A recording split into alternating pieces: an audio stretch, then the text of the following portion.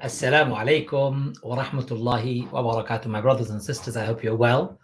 And I make dua. Allah is keeping all of us safe and sound in this absolutely testing time that we are facing. It is not an easy time, of course. It is not an easy time for the best of us. Wallahi, it is probably the most difficult and most challenging time we've ever faced. And yet, we must keep our faith alive and we must keep ourselves on the path of Allah with hope and aspiration, with belief that everything will be, inshallah, better. You know, it will be better, inshallah. It'll take a bit of time, but we'll get there. Brothers and sisters, today we're here again to do our usual program that we do every day, inshallah. We are going to wait for our Imam to join us, who recites Surah Alhamdulillah from the Quran. I'm not sure which is Surah that he is reading, but I'm going to find out, inshallah, very soon. How is your Ramadan going? Tell me about your Ramadan. Somebody start sharing your thoughts about Ramadan. I will read it out to you all, inshallah. It's written on the side, on the side of the forum. You can, if you're watching me from wherever you are, you've just joined me, or if you haven't joined me yet, I hope you do join. The idea is we discuss, we share our thoughts, we share our feelings, and we together come up with a solution to perhaps our spiritual struggle, medical struggle, any struggles that we have. Whatever struggle you have, please get in touch. Inshallah, we'll be able to answer, or we'll try our best to answer your question. How was your day? What did you do today for Ramadan? What did you exactly do? I would love to know. You know, brothers and sisters, it is not easy, I know. It is tough, I know, not eating for such long period, but don't worry. Allahu Akbar, 25 is finished. We're embarking on the 26th tonight, and then 27, then 28, then 29, and could be Eid, or 30 and could be Eid. Allahu Akbar. What an amazing opportunity. Don't miss the opportunity, my brothers and sisters. While you have, make the best of it. These opportunities don't come to us every day, and they will not come back to us. Absolutely not again. So, recommendation to you all is make the best of the opportunity that you have. This opportunity that has come, and Allah has given you the opportunity to fast, strengthen your iman, strengthen your belief in Allah, strengthen your tawakkul, reliance on Allah, strengthen your taqwa, the conscience with which you actually determine and lead your life. It is very, very true. You don't really want to know. Go on, sister. Share it with us. Inshallah, Andrea, Riley, share your thoughts with us. We'll be only delighted. We'll only be delighted, I'm pretty certain. Put it on the side. And what have you been doing today? What did I do today? I did some gardening again.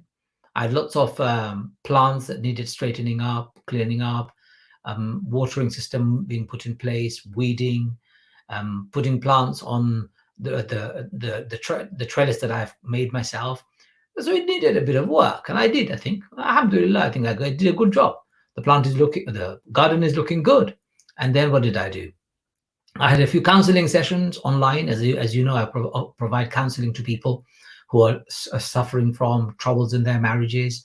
I try and help them to manage their life and deal with their pains and anguish that they bury deep inside themselves and not deal with them. I try my best to help them find a solution to some of their problems. I can't always succeed. Of course, I'm a human. But together, we try our best to find a solution, and that's the critical issue.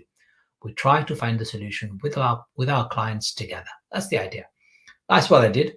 Then I had a Quran class. I started at 5 o'clock, finished at 6 o'clock. I needed to prepare for that too, so I had to do that. And then between 6 and 7, I had to go to do some shopping for the family. I bought some milk, some essential stuff, and then I came back home. And I am here with you, inshallah. After this, iftar, around about 9. And after that, what do we have? A bit of a break. Then we have Tarawih. And then after that, we gather together again for another program at 10:30 till 11:30. And then at 11:30, I take a break till 12. And then I start my studies until suhoor about 3 o'clock. And then I go to eat some food. And then I hit the bed. About 3:30, 4 o'clock, I'm in bed and wake up at 10:30, 11. It's enough. Alhamdulillah. Slightly tired feeling, but that feeling will go soon because we have all done it, mashallah. We've all done it. Allahu Akbar. What a celebration. Eid is supposed to be marking the celebration of the achievement of month of Ramadan. Brothers and sisters, if you are celebrating Eid, you're thanking Allah, celebrating with one another for 30 days of endurance, 30 days of hard work, 30 days of sacrifice, 30 days of burning off your sins.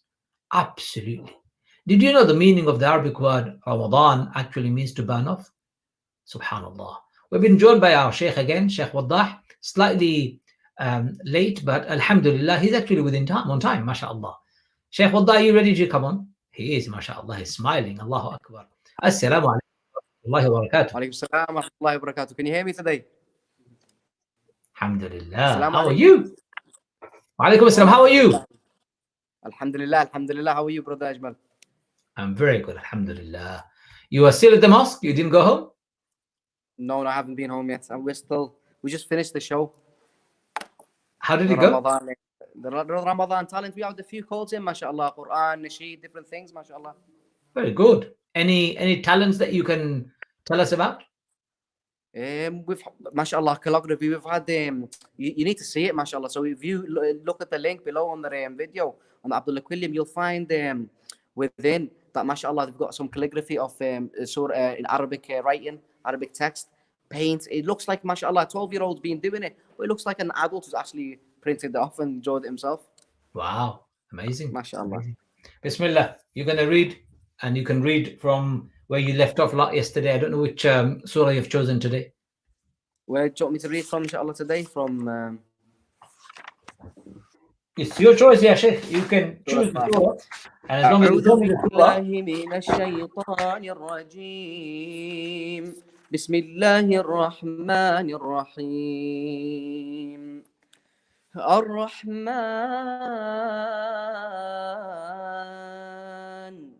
علم القرآن خلق الإنسان علمه البيان الشمس والقمر بحسبان والنجم والشجر يسجدان والسماء رفعها ووضع الميزان ألا تطغوا في الميزان وأقيموا الوزن بالقسط ولا تخسروا الميزان والأرض وضعها للأنام فيها فاكهة والنخل ذات الأكمام والحب ذو العصف والريحان فبأي آلاء ربكما تكذبان خلق الإنسان من صلصال كالفخار وخلق الجان من مارج من نار فبأي آلاء ربكما تكذبان رب المشرقين ورب المغربين فبأي آلاء ربكما تكذبان مرج البحرين يلتقيان بينهما برزخ لا يبغيان فبأي آلاء ربكما تكذبان يخرج منهما اللؤلؤ والمرجان فبأي آلاء ربكما تكذبان وله الجوار المنشآت في البحر كالأعلام فبأي آلاء ربكما تكذبان كل من عليها فان ويبقى وجه ربك ذو الجلال والإكرام فبأي آلاء ربكما تكذبان يسأله من في السماوات والأرض كل يوم هو في شأن فبأي آلاء ربكما تكذبان سنفرغ لكم أيها الثقلان فبأي آلاء ربكما تكذبان يا معشر الجن والإنس إن استطعتم أن تنفذوا من أقطار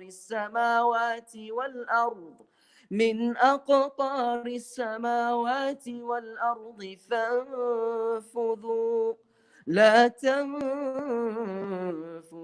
إلا بسلطان فبأي آلاء ربكما تكذبان يرسل عليكما شواظ من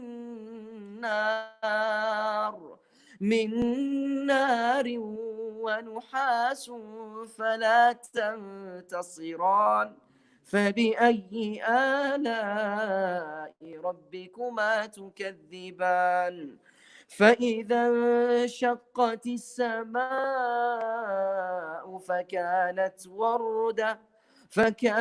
وردة كالدهان فبأي آلاء ربكما تكذبان فيومئذ لا يسأل عن ذنبه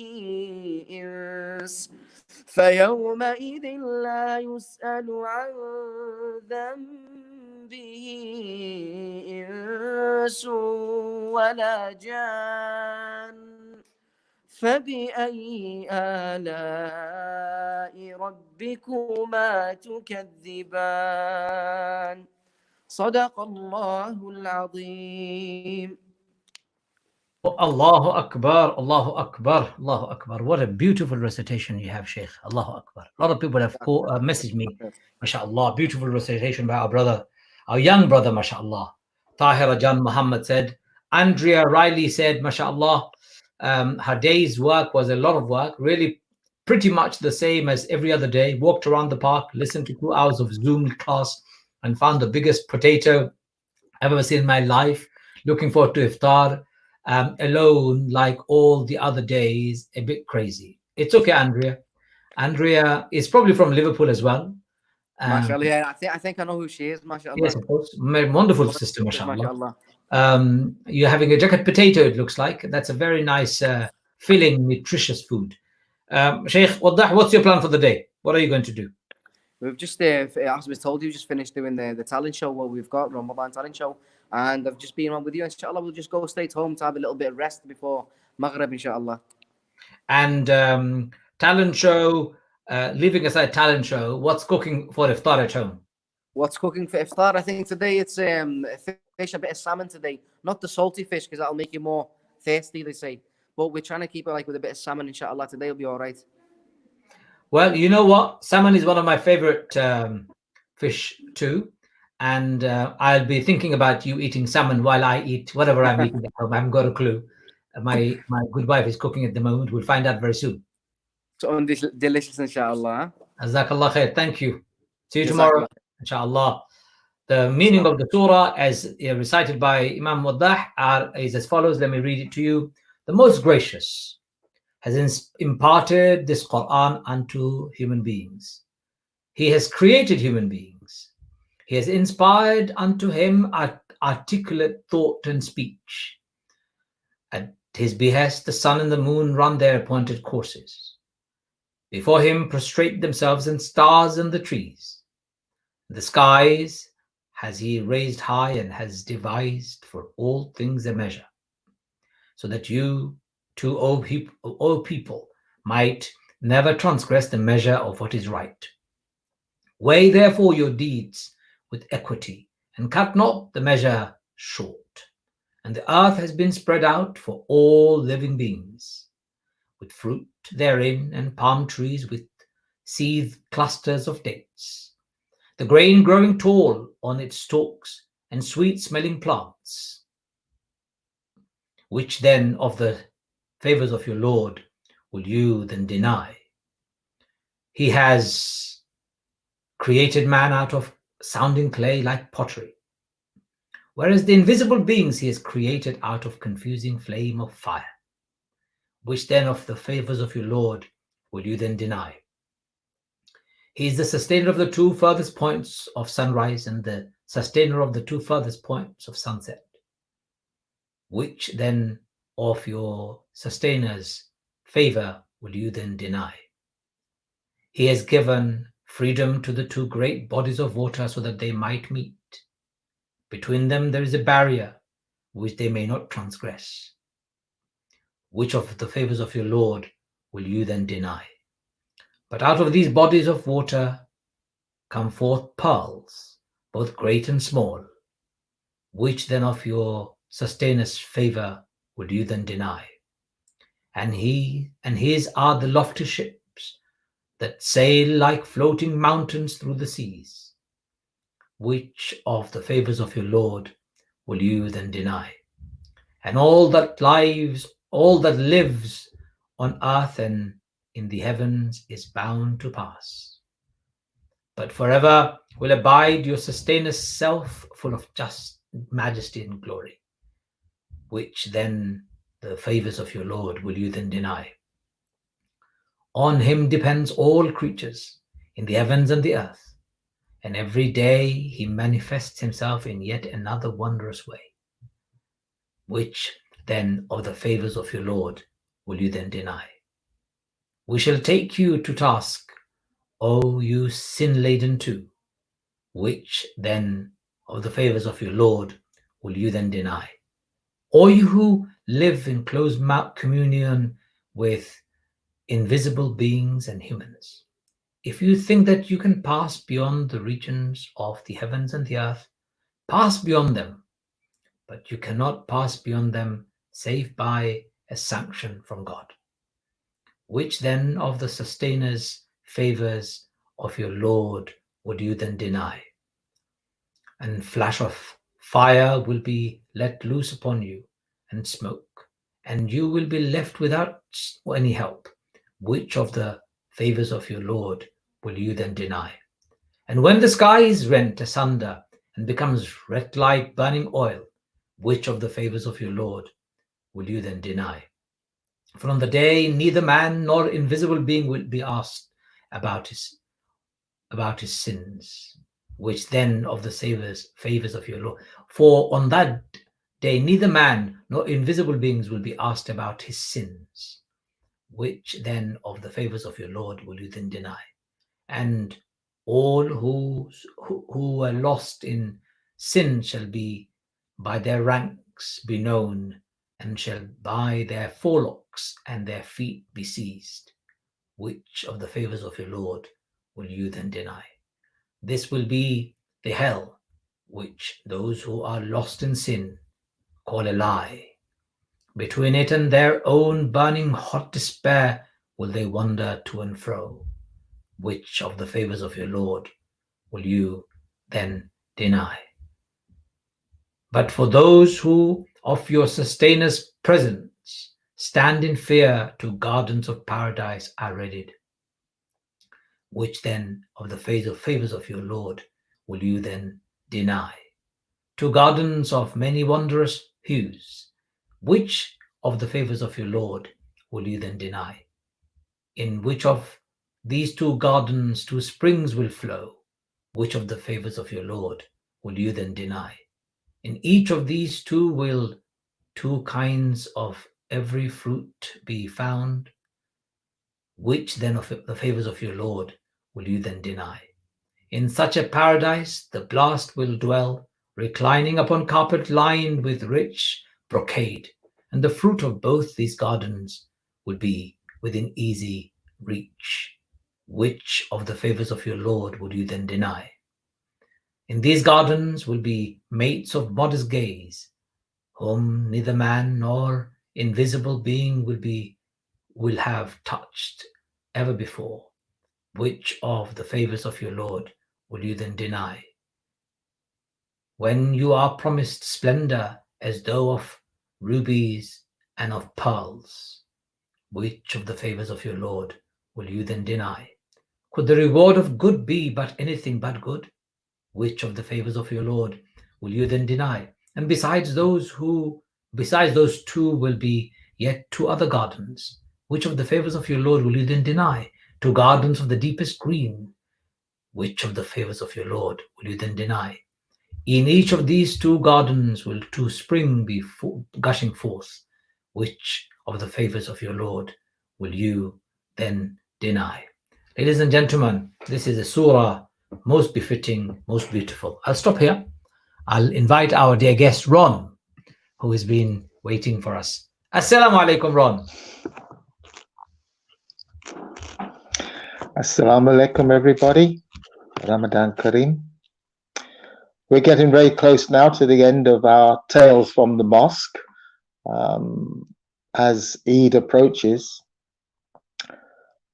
when I last spoke to you, I spoke to you about how with the founding of the Liverpool Muslim Institute and its various activities, Quilliam discovered ways in order to communicate Islam to the British population.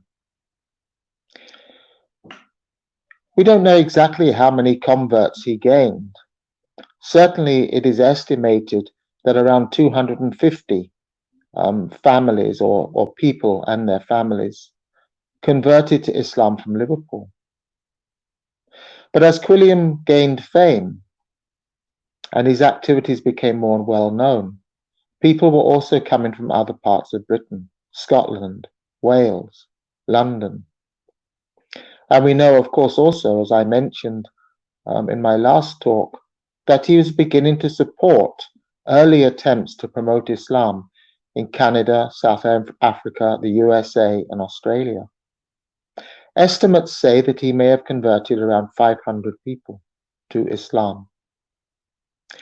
I would like to start by letting you know a little bit from the legal documents that were a part of the institution or the beginning of the Liverpool Muslim Institute when it was founded, because these give some idea of how Quilliam presented the Liverpool Muslim Institute to those around.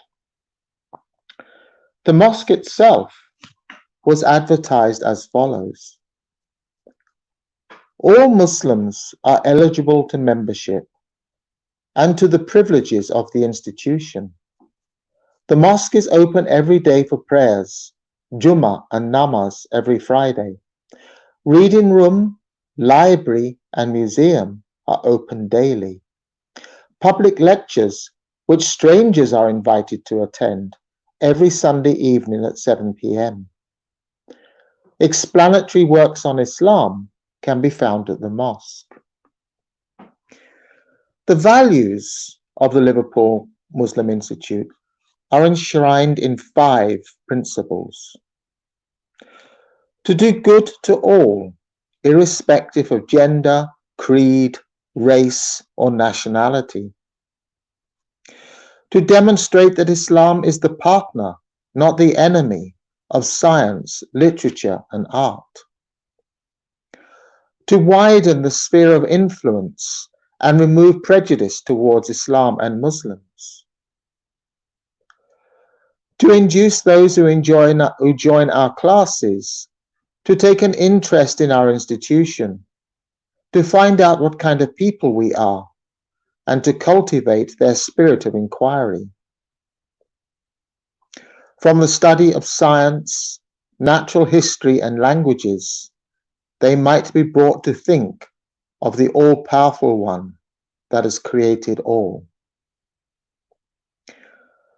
In this endeavor, it is easy to focus on Abdullah Quilliam, but Quilliam was assisted admirably by a number of very prominent converts, people who were quite well known in society in Liverpool. I would like to give you a little bit of a description of some of these, and I must admit that if I ever get the opportunity to write another book on the Liverpool Muslim Institute, I would write not on Abdullah Quilliam, having done that in his biography in 2010, but I would write on some of the people who helped him and assisted him in his endeavors.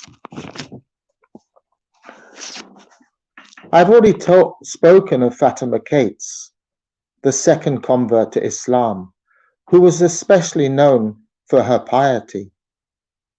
But there are other women too, and I will begin with two female converts. Elizabeth Layla Warren was the wife of an early convert who was a professor, a chemist, Professor Henry Nasrullah Warren, who was the first headmaster of Quilliam's Muslim school, and who declared herself to be a Unitarian Christian. A mother of two children, a musician and a music teacher, she taught in the Muslim girls' school. She had converted along with her husband after attending a lecture on Constantinople given by Quilliam in 1890. They had found out about the lecture from a newspaper advertisement. Her daughter also became a Muslim, Rosa, who was much loved and was known as the mother of Muslims by the children of the community. She was renowned for her charity work and always assisted when free meals were distributed at the mosque. John Yahya Chapman was very explicit concerning his previous allegiance to Christianity. He was a devout Methodist, like Quilliam, and he had left the church disillusioned after it failed to condemn war at the time of the Crimean War. He had been a lay preacher and a staunch member, like Quilliam, of the temperance movement. And he began to have doubts concerning the central tenets of Christian dogma after considerable reading, and consequently started to search wider. He attended a lecture by Quilliam in 1895 and first enrolled as a member of the debating society at the Liverpool Muslim Institute. John Ali Hamilton also declared himself as a Christian and an Anglican until 1887 when he met Quilliam. John was a writer and an illuminator who before had regularly attended church at St. Augustine's in Liverpool. He ran his own business. John Bakari Jeffrey was one of the first converts who had listened to Quilliam in 1887 and worked for many years as the librarian of the Liverpool Muslim Institute. He was a master plumber and decorator, employing between 12 and 20 men. Again, a staunch Protestant, and had been appointed the Grand Lodge officer of the Orange Loyal Protestant Order in 1854. He was a very old friend of the Sheikh al-Islam.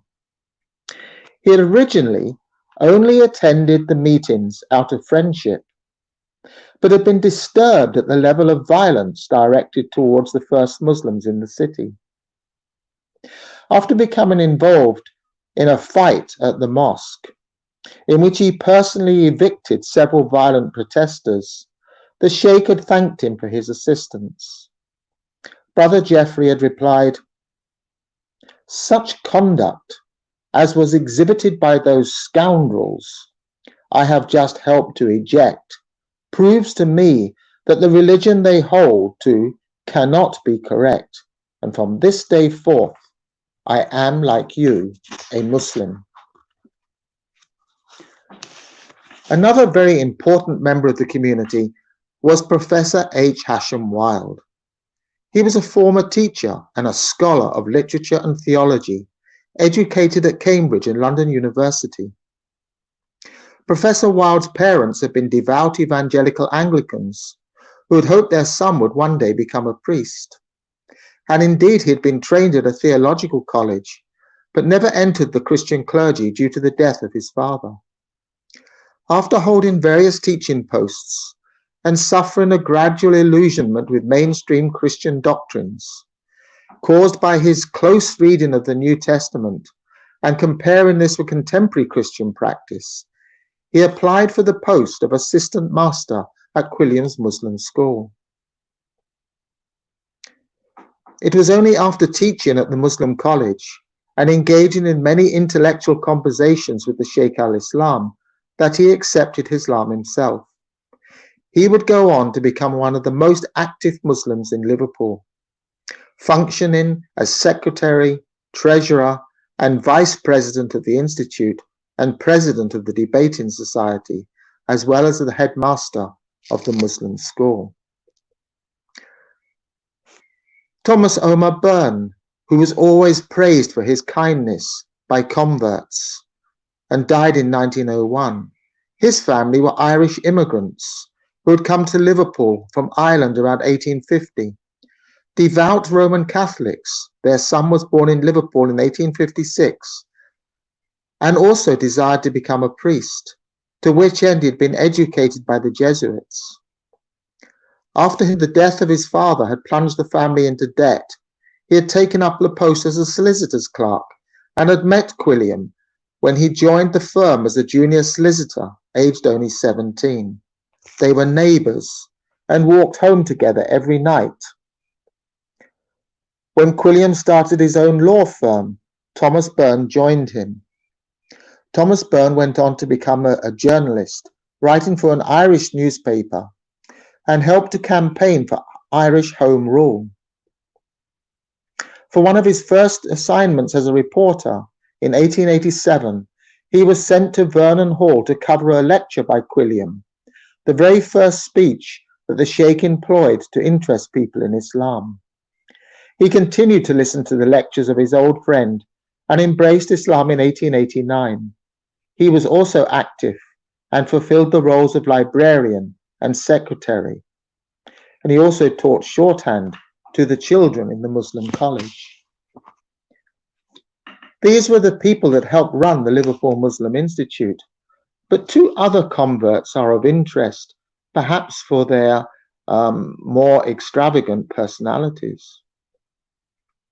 If you like art and visit any of the museums of art in Liverpool, you might possibly have come across a Victorian painter who painted seascapes and was renowned as one of the greatest painters of seascapes in Britain.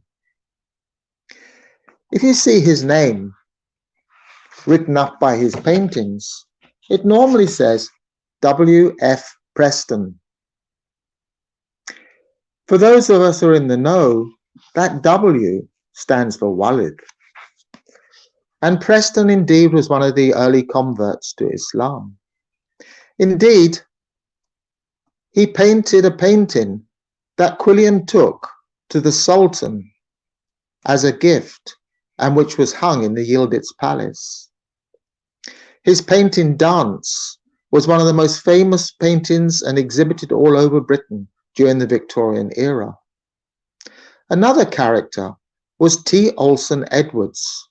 He was a renowned Arctic explorer and a sea captain.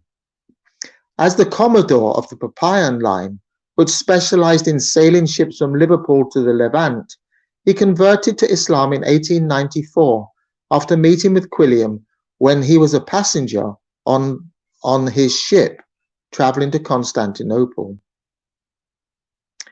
Olson Edwards was a very colorful character, well known to the media, who led exploration expeditions to the northern Klondike and was decorated by the Sultan for saving Muslim sailors when their ships sank in the Bosphorus.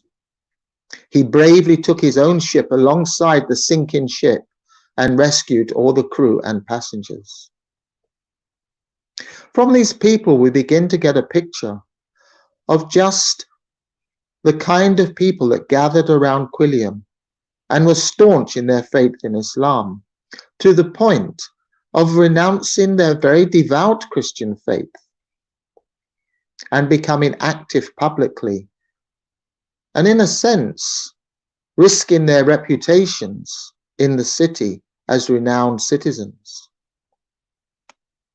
But we shouldn't forget also that Quilliam's community wasn't only ladies and gentlemen of Liverpool. Quilliam, unlike the Woking community that would develop later in London, was also able to reach out to working class people. And amongst his converts, there were many, many, many that were bricklayers, plumbers, and tradesmen of the city. This was indeed an extraordinary community.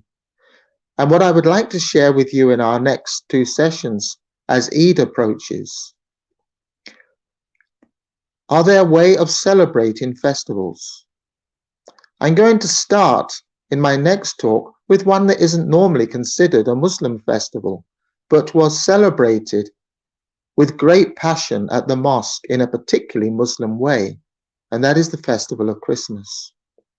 And then, in my last talk, right before Eid appears, I will talk to you about celebrating Eid in 19th century Liverpool. Thank you very much for your attention. Wa alaikum salam.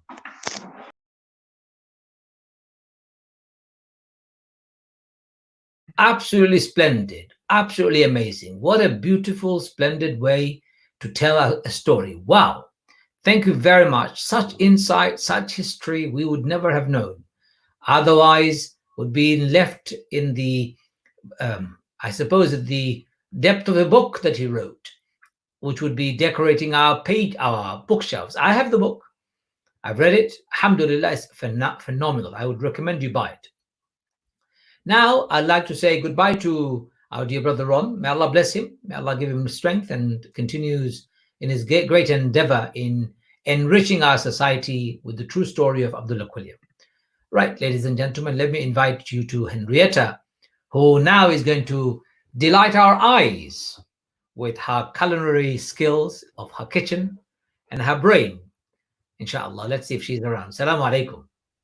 Wa alaikum salam. I'm not sure about delighting the eyes because now that iftar is getting a bit later and later, my cooking is getting delayed a little bit more each day. So soup is ready. I made Palestinian lentil soup today, which that sounds good. I think it's really good. It's quite light, and it's a tiny bit of cumin with lemon juice and some turmeric and parsley with onions cooked for a long time and then made it into a lovely light soup, which actually one of my favorite Palestinian dishes is the soup. We used to have it in Egypt when I was breaking fast. The only thing that's missing from that soup is a little sprinkle of ginger and chili on top just before you have iftar. Well, then we will do that just for you to honor your presence in the house, and we will grate some ginger, and I can give you green chili, and you can chop whatever you want to chop on the soup. No, the ginger would give you a kick, and obviously, chili will burn the life out of you. But that's okay. Carry on. What else? What else are you serving today? I am also serving quiche, which seemed to be very popular last night. It's vegetarian, so I was talking about my fresh vegetables coming, and I'm trying to reduce the meat consumption after we have a meated dish. I usually give a 2-day period when we have vegetables and fish or both. And we have a lovely watermelon, which we usually use to break our fast with. I will make salad, 1 or 2 salads. I have some fresh salad leaves, which is kind of like rocket, but it's something different. It's not exactly rocket leaves, but it's a salad. It's a selection of salad materials that I got from my delivery on Sunday.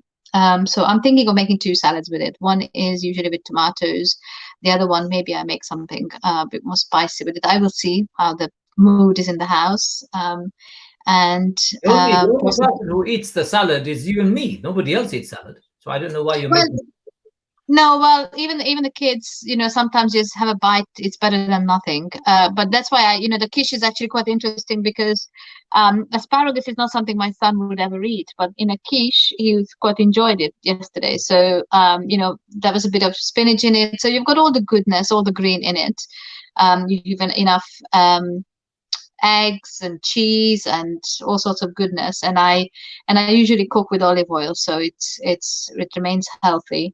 But you can hide a lot of things in a quiche, so which is why I love quiche. I think quiche is particularly very nice with salad, and especially if you have a nice soup before it. I think it's a lovely meal, just enough. You don't overstuff yourself, and you can really focus on your prayers when you pray after breaking the fast. So it's light enough, but it's fulfilling. I quite enjoy. So that sounds like fantastic items on the plate, inshallah. I hope and I pray that we can enjoy the barakah of Ramadan for the rest of the days that's left. It's not long to go. not at all. Well, we've got 5 left, no? 5 or 6 days. We finished today. We're embarking on the 26th. Tomorrow. Yeah, so 20, yeah, so it's 4 or 5 days maximum. So it's not long to go, and just like every year it happens, it hits me as a truck and it leaves like a ball, because by the time I realize it's gone and I have a few days left and that's it. And today was really hard, but something very interesting happened today. Is I was yesterday I started talking about the animal soul and the 2 aspects of it according to Imam al-Ghazali, and today I was about to continue the reading and just getting a bit more clarity around the subject. And I had a very, very difficult afternoon emotionally. So and then when I sat down to think about all the things related to the soul and how Ramadan is actually the training ground for all of those things, both for the appetites and for the recklessness of the soul, which is what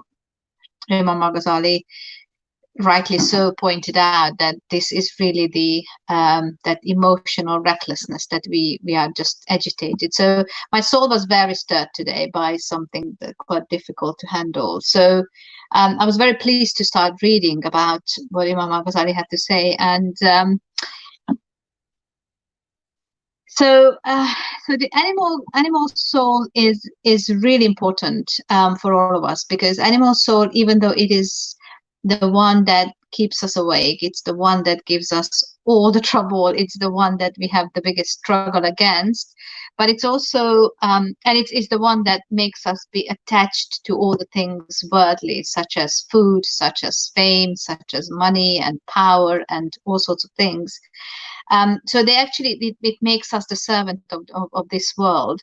But then I picked up a very beautiful explanation in The Alchemy of Happiness, which goes like this: the similitude of the animal soul is the falcon that is trained by putting it into a chamber and covering its eyes so as to restrain from all that was in it of its falconness. Then, gradually, it will be given meat so that it may become familiar with the falconer and obedient to him. In the same way, the heart does not find intimacy with God Most High so long as you do not wean it from all habits and do not close off the eyes, tongue, and such things, and you do not discipline it with seclusion, hunger, silence, and sleeplessness. In the beginning, this will be difficult, just as when a child is weaned for milk. Afterwards, the child will become such that if one tries to give him milk by force, he will not be able to drink it. So it is really quite phenomenal that he uses all sorts of metaphors to help us understand our own nature, our own nafs, and this nafs of because the falcon is like that, it goes, when it flies, it covers huge distances and it goes really high. It goes into territories and loves the freedom. But as soon as you try to tame it or train it, it fights. And I think our soul is exactly like that. So when something difficult happens to us during the day, and then of course he says that the very best way for weaning our soul is to actually choose hunger by choice. And he of course makes the distinction that this is not about for people who are in unfortunate situations where they do not have any food. It's about a conscious decision of choosing hunger, because hunger is one of the greatest training tools. So yes, it's what I loved about this actually is that how, and he goes into it in details, is that nothing is really pleasant or unpleasant until we understand it, and nothing is until we become aware of it. And we know this from modern science, that an emotion is not an emotion unless we give it a label. Emotion is almost like a fleeting thought, something that comes and goes. And if you don't take notice of it, it just disappears, and that's what makes us blind to our own self. So in the framework of getting to know ourselves and our animal soul, what's really, really important is to name our emotions, because once we name them, we actually manage to create a distance between what's happening to us, and when we can create that separation from the emotion, we don't become the emotion itself, which is really important, because when we are angry, when we are hungry, when we are in a kind of emotional state, unless we give it a label, it is going to be working under our consciousness, not giving us any power to deal with them. So we need to create that distance, and modern neuroscientists, they call it labeling an emotion. And the minute you label it, you give it a space in your head, in your mind, and you can actually locate and find strategies to work with this. And it's incredible that this is the foundation of mindfulness, that it runs around the whole world, and everyone is teaching it and learning it as a way of becoming more powerful over our own emotions. And Imam Ghazali, he said it very clearly: nothing is pleasant or unpleasant to you so long as you are first and you are not aware of it. Being aware of the thing is the charge of the senses and the intellect. And of course, our intellect here, because we have the appetites, we have the behavior, we have the emotion, but we have to use the cognition, the emotional ability to connect things in our reasoning mind to be able to make sense of what's happening to us. So for me, this was really, today was the understanding that this is what it means to be awake. Actually, this is what it means to it's just the beginning of getting to know who we are, but it's the beginning of getting closer to the understanding of where our soul is and what it's capable and it's not capable of doing. So I mean, I think it's a lot of us, I kind of have this feeling that quite a few of us now, and it's not just Ramadan, I think it's this whole lockdown is really grinding on our soul quite hard now, because it's been 8 weeks. And at the beginning, people were very comfortable. Most people who had the opportunity and they, were blessed not to go to work, people were quite enjoying the stop, the pause, the slowness, and the ability just to be, and not just running all the time, that what we do. But I think after a few weeks, in the middle, we started kind of running into the doing. I need to do something, otherwise I get bored. And then now it feels like it's on the tail end of it. It's another different kind of emotion.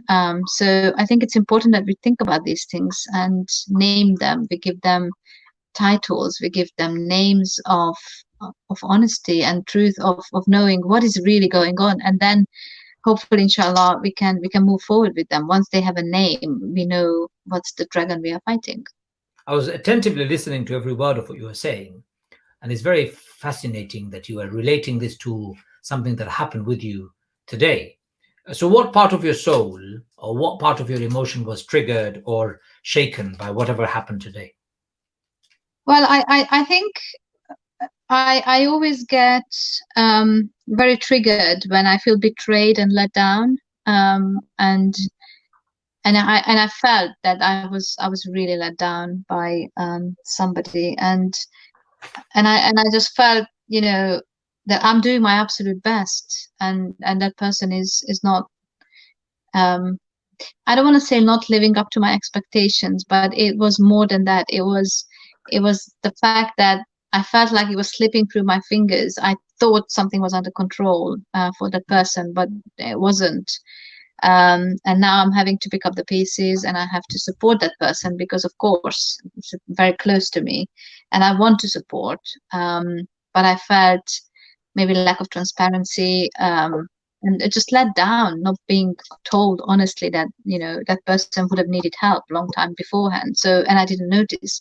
So maybe I was disappointed in some ways that I should have picked up something earlier, but I was also angry that I wasn't told that the process is not happening. So I think it was a combination of a few things, and I need to sit with this for a few days. But what I learned from this whole experience is actually to just really sharpen the capability that I have to name those emotions, because I think most of us, if not all of us, we walk through life completely blind. We just get on with things, and we don't actually give attention to the very things which are most important, is what drives us and what moves us and what makes us lose that equilibrium. And there's no point of moving into denial, because yes, I can pacify it with prayers, but it's actually, prayer itself is not going to solve the problem. I need to trust Allah, but I also need to tie my camel. I need to do my work. So I think it's probably if there is any message for me today, and probably for all of us, to actually not wait for things, but let's do the things and the work that we need to do within ourselves. So then we can raise our hands and ask Allah to help. Could it have been that you perhaps took it for granted instead of keeping your eyes on the ball, and then obviously being disappointed slightly for a variety of reasons, including the fact that you felt let down? Could it be all of that? But let's not dwell too much on it. Let's pray for you. Let's make may Allah make it easy for all of us, and of course we'll talk more about it later on. But in the meantime, I'm going to invite my dear doctor who's waiting to start our program as well. See you later, Hannah. Take care, and thank you for sharing with us. Assalamu alaikum wa rahmatullahi wa barakatuh. Ladies and gentlemen, we've been joined by Dr. Fahim Shakur. Assalamu alaikum. Wa alaikum assalam wa rahmatullahi wa barakatuh. Ramadan Mubarak, Imam Ajmal. Ramadan Mubarak to you too, sir. We're nearly finished now. An early Eid Mubarak then. I think so. An early Eid Mubarak and belated Ramadan Mubarak, both together. How is it going for you? Alhamdulillah. Lockdown, hey? Lockdown life. That's it. Well, doctors can't be locked down. We can't have doctors sitting at home doing nothing. Gosh, yeah. How's Ramadan be for you, Imam Sahib? Alhamdulillah. Very good. Very busy. Yeah. More busy than ever before. But alhamdulillah, I'm very happy. Excellent. I was very fortunate, mashallah. And what about you? Your life must be trebly busy, because as a medical doctor, you're under constant demand nowadays. Yeah. The key workers, I mean, obviously doctors and nurses, but all of them all together are really working hard, from the checkout assistants, the delivery people. So many key workers are working very hard right now. You're right. And what's been your main job in this period of lockdown and all the other emergencies?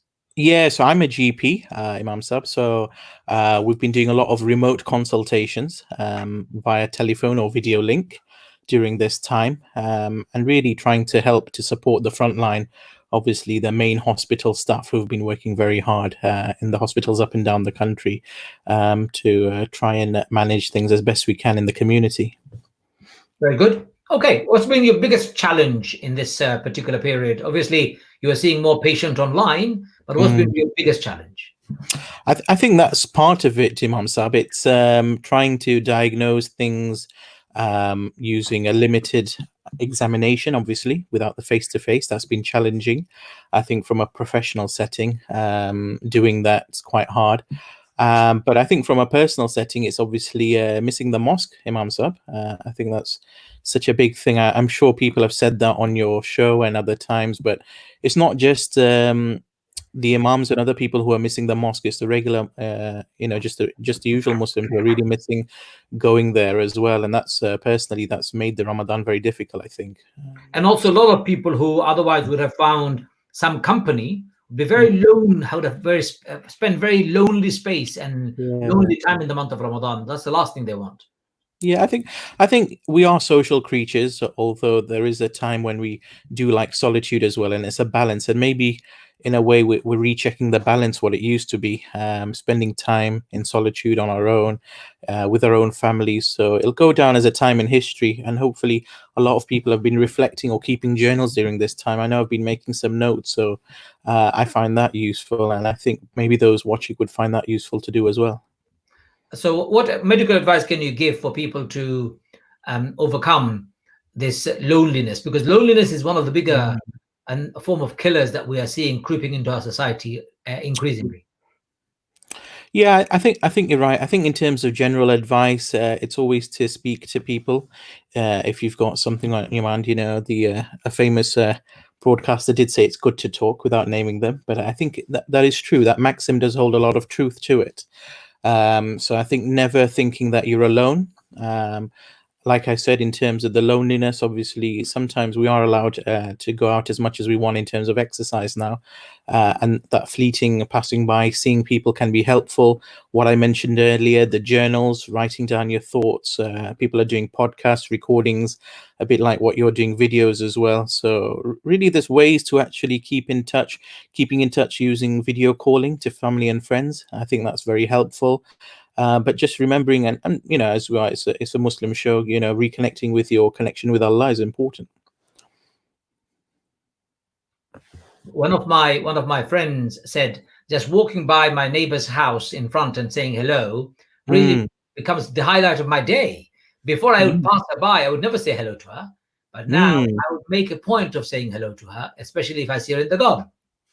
Yeah, I think that's across the country. I've noticed things like that. Not everyone on my road I knew by first name terms, but now I do, and people are making a big effort. Even you hear about the occasional anecdotes over the hedge, people are conversing, and there may be different reasons for that. I think, Imam Sab, it's important to think, why would someone who may not have been talking so much before be talking more now? Have they got someone in hospital? Are they away from someone who lives on the other side of the world and they've not been able to do that? Have they had a trip cancelled? I think everyone's fighting a battle which we don't know about. And so when you actually talk or just spend that time at a socially distanced 2 meters and above, you actually find out there's a lot more going to it. So yeah, I think it's opened up conversations and dialogue, and that can only be a good thing. A couple of days ago, I saw a massive party on my street, and a lot of people congregating outside someone's house. Yeah. It looked like they were trying to keep their social distance. So I stopped and I said, guys, what's going on here? Apparently, an elderly lady, she was 90, and she was all alone in her house. The entire neighborhood had turned up to wish her happy birthday. MashaAllah. Okay. Yeah. And they were all outside. Yeah, they were all outside. Were they all maintaining social distancing or not? Yeah, I thought they were. They were not wearing masks, or they didn't have gloves, but they were all having a glass on their hand, and they were having their usual. But it looked like they were maintaining some sort of a distance. Yeah, I think we had similar crowds for the VE Day celebrations on the Friday recently. And there were a lot of street parties, I know, where people were trying to. And I think we just have to be pragmatic in terms of, as the advice is to be sensible. I think people are finding it's over 50 days now under lockdown. And people are wanting to express themselves somehow in the ways that they can. And obviously the restrictions are a bit less in England. Obviously your program is for everyone, I guess, but it's a bit different for Scotland and Wales. And I think we should mention that. So in England, it's a bit different and a bit easier for people, especially with the amount of exercise and going out that they can do now. Yes. And finally, just as a medical advice again, people who may be feeling, I don't know, mental illnesses creeping in, depression, etc. What can they do? Can they turn to you? You're a GP, right? Yeah. I think you should always seek medical advice and see a GP if you think you're depressed and low in mood. That's always the first port of call to do that, because then they can actually try and ascertain what needs to be done. Do you need immediate mental health treatment now? Do you need to be signposted to somewhere else? And in certain occasions, we are still doing video calls, certain face-to-face, things like this. So I think no one should suffer in silence. That's the main point. And I gather there's some recent reports that, according to some of these charities that help with it, there's been a huge increase in people getting advice from mental health charities. So like Mind, that's obviously one that comes top of the mind, along with so many others that are there to help people in this difficult time. We have to remember how hard this is, and everyone copes differently, I think, Imam Sab. So one size does not fit all. So, but the main thing is to get help, seek help quickly, tell your loved ones what's going on in your mind if you need help, and in a way you sort of know yourself best, so you can go that way. I think the exercise, I always like to link up physical and mental health. So doing the exercise is important, and you have to think, why do the government keep asking you to do your exercise? There's a reason for that. It's not just the physical health, it's also for the mental health. It has a benefit for both. So I think people should really try to do that. Thank you for that amazing advice. And how are you keeping your health generally? Alhamdulillah, yeah. With the wife and I, we try and get our exercise daily. So we try and spend an hour or 10,000 steps. We've been trying to do that. There's a lot of these apps that are available, and it usually works out about 45 minutes to an hour's worth of walking. A lot of people are cycling, but generally myself, I've been doing the walking. I tried a couple of the online fitness videos, but that's quite hard. So I don't want to cause anyone any injuries at home, so they got to be careful for that one. Well, you know, my son was very keen on joining Joe every morning. Yeah, Joe Wicks at 9 a.m. Yeah. Then Ramadan kicked in, and he gave up slowly because he was too tired. Yeah, I mean, there's a 100-year-old man in London, isn't there, who's doing some work for charity during Ramadan. So I think when we hear about people like him, it makes me feel bad. I should be doing more exercise. So, you know, Captain Tom Moore, obviously, and so on. Exercise, stay in touch, go out for walks, call your GP if you need help and support. Don't suffer in silence. Yeah. And of course, most importantly, keep yourself awake, alive, read and entertain yourself. Do something about it. I think so. Yeah. Go on. What else were you going to say? Yeah, I think so. Like, it's all that sort of nourishment you're talking about, isn't it? So you've got the physical, emotional, spiritual nourishment. You have to look at it as a tank full of all kinds of things. And we can sometimes just try and fill up the tank in one area, but it's all areas you need to fill up. And so Ramadan is the best time for the people who are following it to do that. Indeed. I'm going to say thank you very much for your valuable time, Dr. Prem Shakur. Inshallah, we'll see you again. And of thank course, you for being a generous supporter of Abdul Quilliam Mosque all the way. Every time. Thank you for having me, and I wish you a pleasant Ramadan for the remainder of the days, Imam Sahib. Take care. Assalamu alaikum, and your families too. Jazakallah. Assalamu alaikum. Alaikum assalam wa rahmatullahi wa barakatuh. That was Dr. Fahim Shakur there. Ladies and gentlemen, we've run out of time, but let me say assalamu alaikum to everybody and say goodbye for today. Inshallah, I'll be back later on. Assalamu alaikum wa rahmatullahi wa barakatuh.